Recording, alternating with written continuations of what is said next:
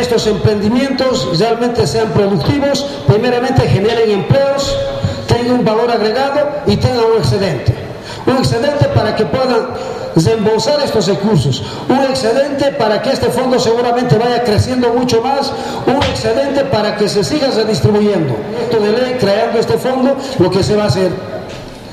Ahora, no solamente son empresas estatales, son empresas mixtas, donde seguramente vamos a necesitar el concurso de los empresarios, pero esos empresarios que realmente quieran trabajar, esos empresarios que realmente puedan invertir en estos emprendimientos, y no así antes cómo iban los recursos a la empresa privada, al agrooriental, donde directamente han hecho quebrar el Banco Agrícola, donde directamente no han devuelto esos recursos. Preocupante en la forma de su administración.